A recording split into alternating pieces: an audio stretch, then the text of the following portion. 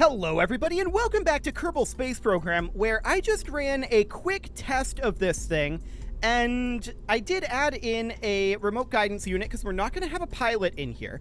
So we're going to need something along those lines. So I added in a remote guidance unit, and I determined that there was quite a lot of wiggling going on right here. So in order to fix that, we're going to do a little bit of strutting, but otherwise this is pretty much good to go. So we're going to strut together like this. We're also going to strut together like this. And that should stop any of that wiggling nonsense, in theory. There was a big bend here, like a 45-degree bend was developing here, and that's just unacceptable.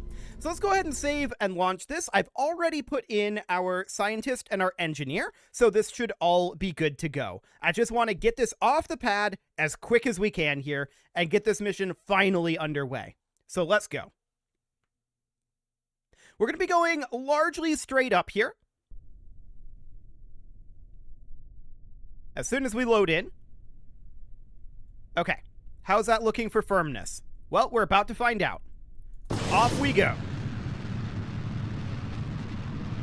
Excellent. We're going to go largely straight up here because we want to get out of the atmosphere as quickly as we can with this. We don't want to be lingering in the atmosphere with all this exposed hardware. That would not be good. So we're going to go straight up here for about something along the lines of 150 meters per second. We'll lock to prograde for the time being, but we're definitely going to head over this way a tiny bit. Okay. Something kind of along the lines of this. We're now at 150. I just wanted to make sure that we were going the correct direction here. Okay. We're looking to pull this over. We've got another 68 seconds before our side boosters come off. So let's just lock to prograde for right now, and we're just looking to punch up through this atmosphere. That's our primary goal right now. This is a very heavy payload, and we want to get out of here as soon as we possibly can. I see that we're a little bit off on our heading, and we're drifting upwards. I will look to correct that here. Okay. There we go. We got a slight correction in there. Looks good. And we've got about 30 seconds left of our side boosters. We're not moving very quickly, that's for sure. But we're going largely up here. We're now drifting a little bit down, so I'm pulling us up slightly. There we go. That's approximately correct. It'll be good enough. Cool. So our side boosters are going to detach in about 15 seconds. We need to be locked prograde right now. We can see our apoapsis height is decent, so no concerns there. 7, 6, 5, 4, 3, 2, 1, and mark. Uh-oh.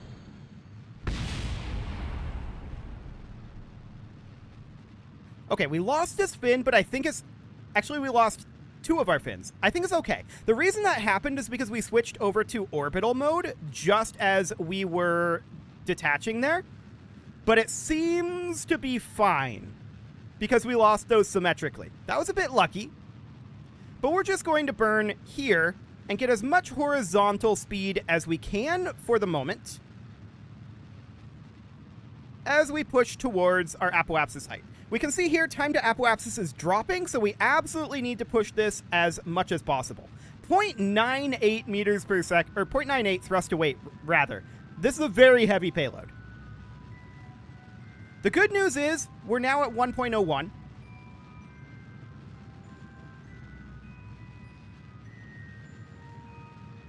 Time to apoapsis is dropping, but not very fast. Excellent. So we're just holding here for as long as we can. We've got 65 more seconds of burn. This is not going to be enough to get us into orbit, is it? So we're going to have to dip into this fuel tank. which this is saying only 600 meters per second. That doesn't seem right, but okay. We may have to do some refueling trips here. I think that's pretty clear, honestly. Yeah, a refuel may be necessary here. But we'll just continue to push up horizontally here, increasing our horizontal speed. Time to apoapsis is holding at this point. So that's good. I want to make sure that our staging is correct here. And it is.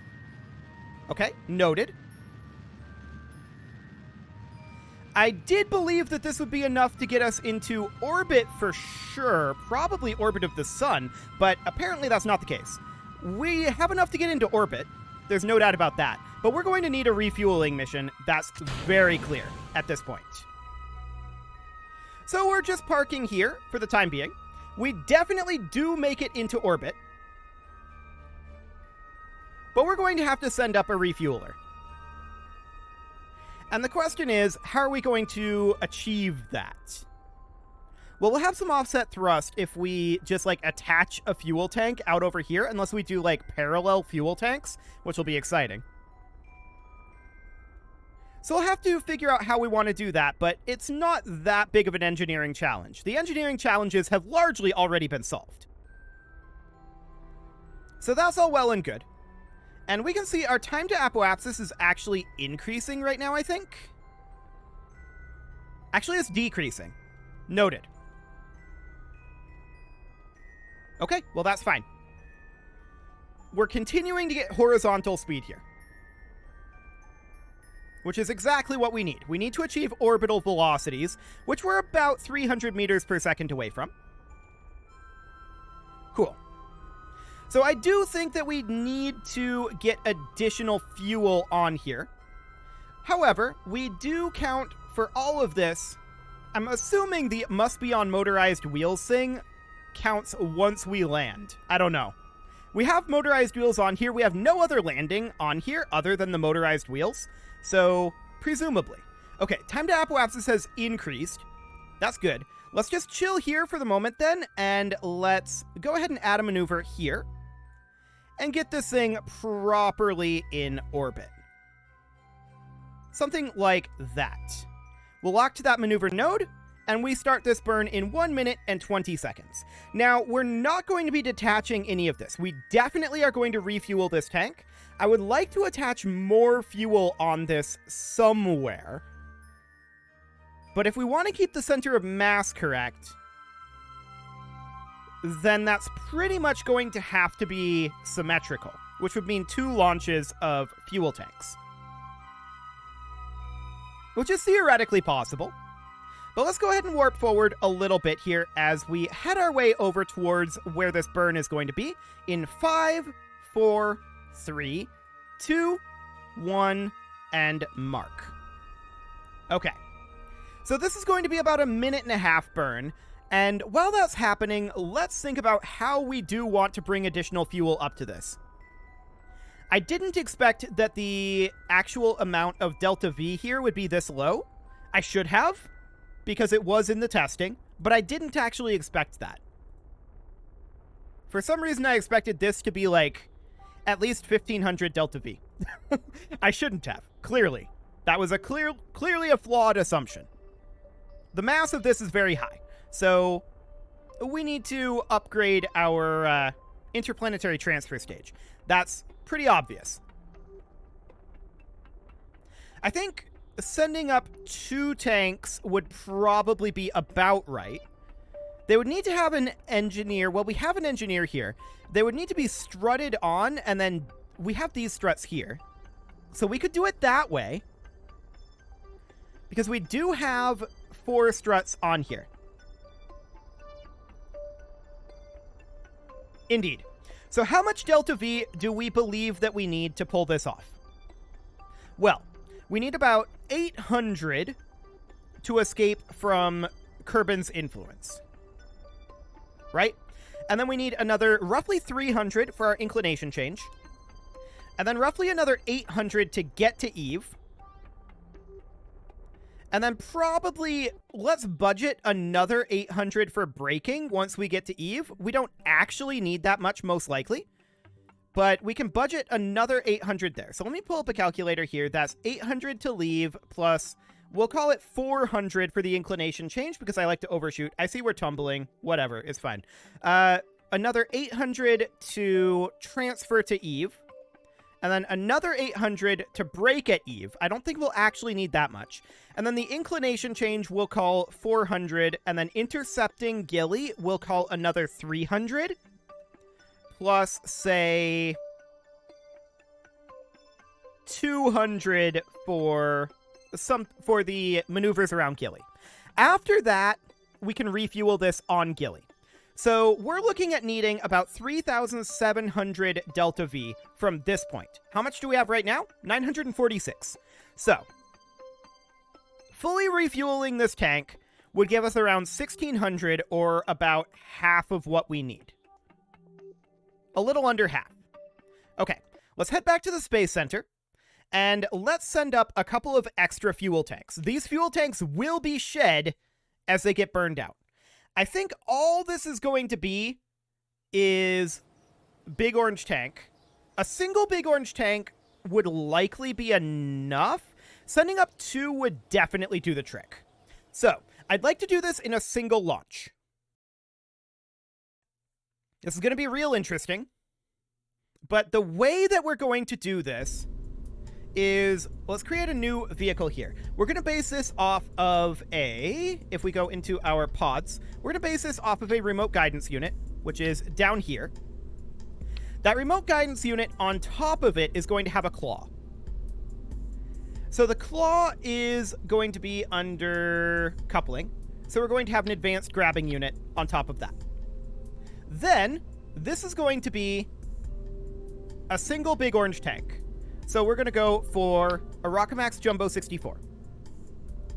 Like that. Then, we need a way to maneuver this a little bit.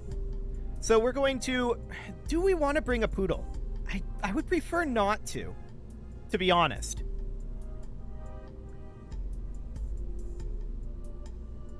I have a dumb idea. Okay.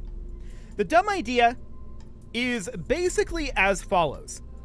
We link up like this. We put in a stack decoupler. So this would be a TS25 stack separator. I mean, a TD would be fine too, a TD25. So we'll do that.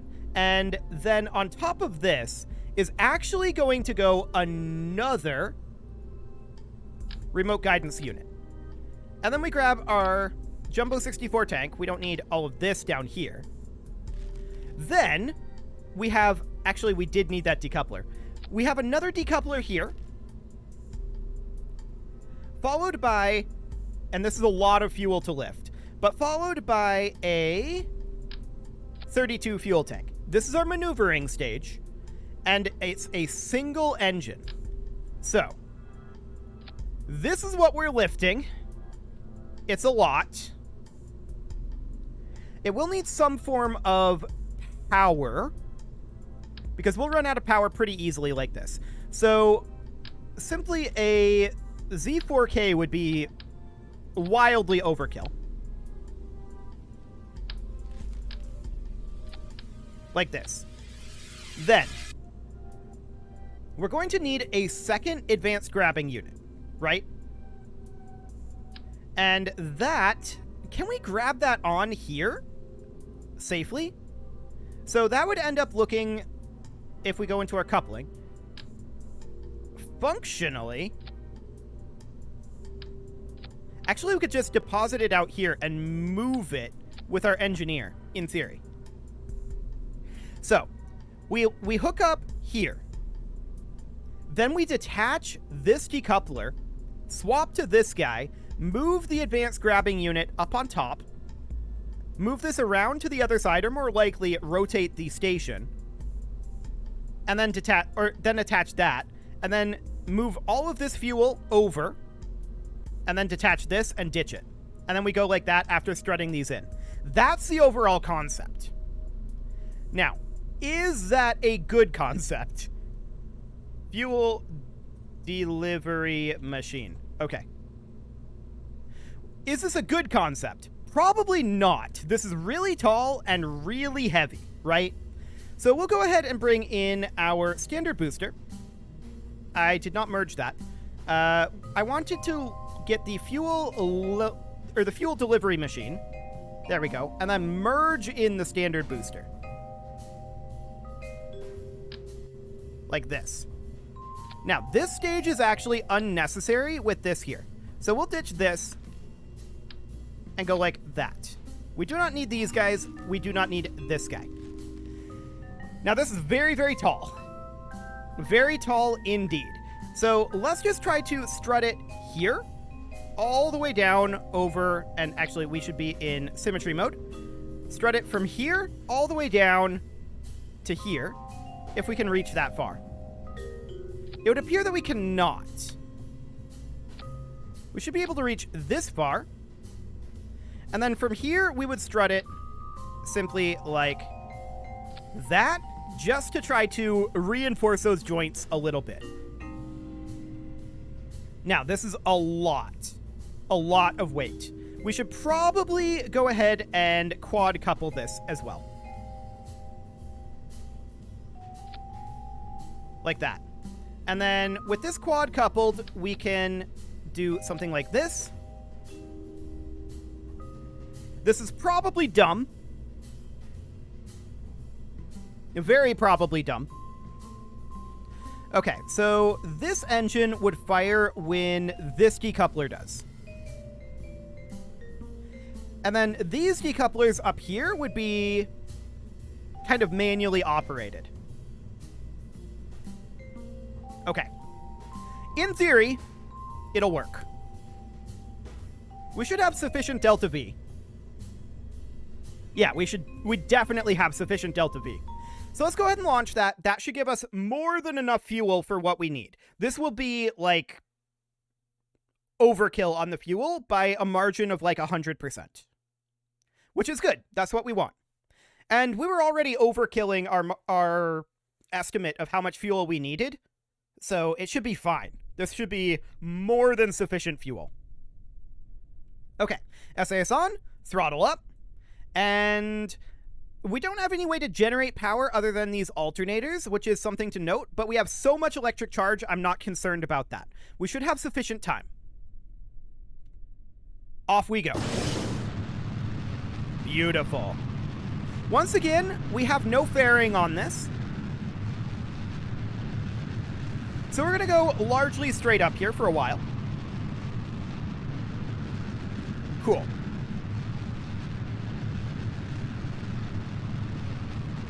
Largely straight up here, and we'll start to head on over for a gravity turn around now-ish. Following largely the same ascent trajectory. Cool.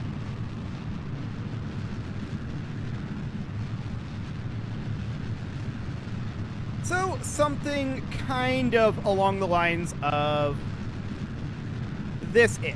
We'll just lock to prograde now. And we'll just try to get as much speed as we possibly can here. Our thrust to weight is low. This is another very heavy payload. But that's fine. We're going to have to do our intercept. So we're actually going to be targeting like a 100-kilometer orbit, realistically.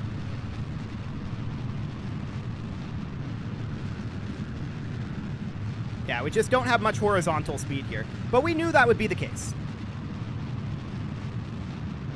So I'm watching our apoapsis height here. We're about halfway to our target altitude. Cool. 3/4 of the way. And I'm going to target like 105 here for drag purposes. There. Now we're just going to hang out here.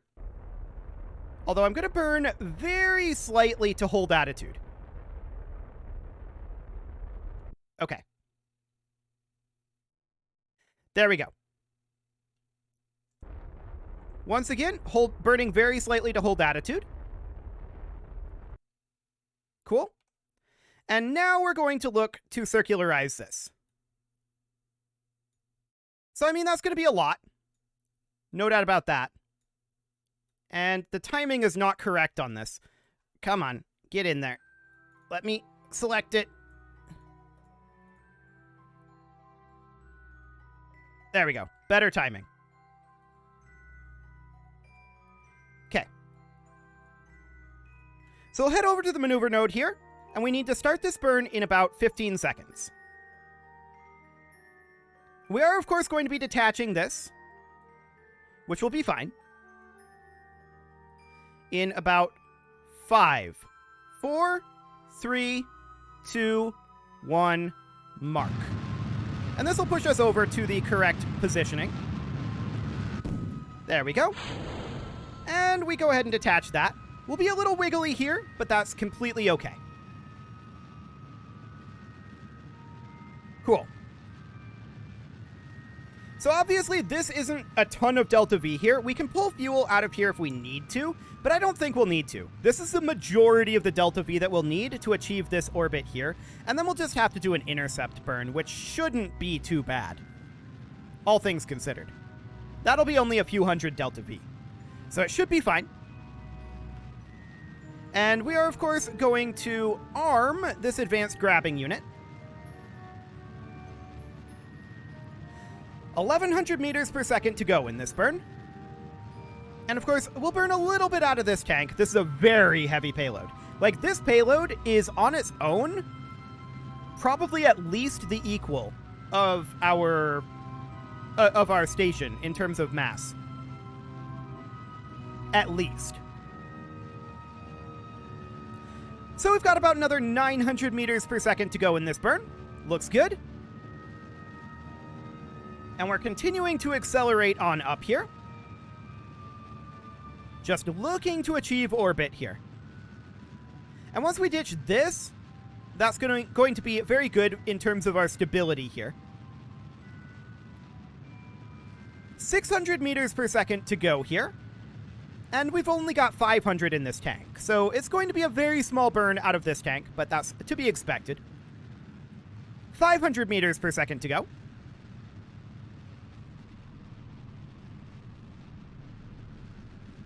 Excellent. 400. I don't know what the delta V, or rather the thrust weight on this is going to be. 0.27. Okay. Yeah, that's not very much. This is extraordinarily large amounts of mass, right? But most of this mass is going to disappear before we get there. Cool. 2, 1, mark. And off we go. That is a huge amount of our mass right there. And let's just get ourselves into orbit here. We've only got about 90 meters per second to go. We can see that we are definitely low thrust to weight. We're underpowered, but that's okay. We don't need any more power than we've got here. This will do the trick.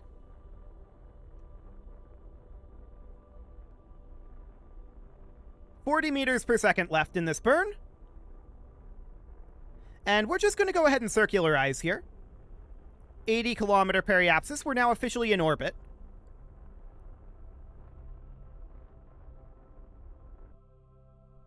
Okay. This is good enough. That's good enough. So we'll head over to prograde for now. And we, of course, need to set our outpost as our target. So we're 0.9 degrees off. And we can see we're right here right now. So the descending node would be the time to fix that. So we'll do a slight inclination change here. That's the wrong direction. There we go. Something along the lines of that will do. And we'll go ahead and lock to that maneuver node. Our reaction wheels are not very strong. I'm just going to freeze our physics and then we'll head on over. In theory. And yeah, we can see our electric charge draining. We should have more than enough electric charge to make this happen. Do poodles have an alternator on them? They do, so we'll be fine. Excellent. And once we arrive at our destination point here, we will prepare for this burn. This is only 33.6 meters per second, or a 12-second burn. So that'll be great. Man, this thing is heavy. But we'll not really have too much of a problem moving it once we get it attached up, in theory. Okay, let's go ahead and warp. So let's get that inclination change done. Unfortunately, we're going to have to do the actual rendezvous next episode, just looking at the timing here. But that's fine, we'll do that, and that shouldn't take too long. Once we get that all set up and all strutted together, then we should be able to get our transfer out of Kerbal still in that same episode. And then the Gilly landing, either that episode or the one after. Kind of depends on how that timing is looking. Okay, let's get that inclination change done. Beautiful.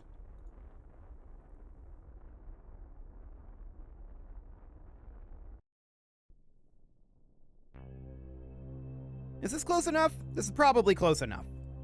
Yeah, that's close enough. Okay, let's go ahead and plot our intercept here, and that would be not here.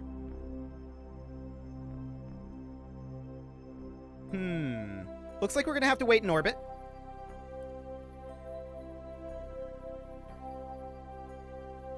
And a little bit more prograde here.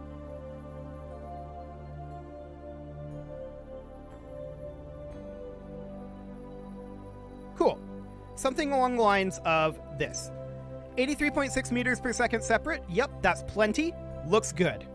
And with that, it is time to put that cut in here, so I'm going to go ahead and do that. And next episode, we're going to get this rendezvoused up and head off to Gilly. You can leave your offerings to the engagement gods in the form of likes, comments, subscribes, and bell ringings, and a very special thank you to all of the channel members for making this video possible, including Casserole, ALS Gamer, Kentuin, James, Shadowwolf, MLohan80, Kentogan, Spartan News, Nick Smarty, just waiting for the crawl here, Dimitri H, Punching the Microphone, Unisil, Kadra, Rogue Corvid, and all the rest. And of course, you.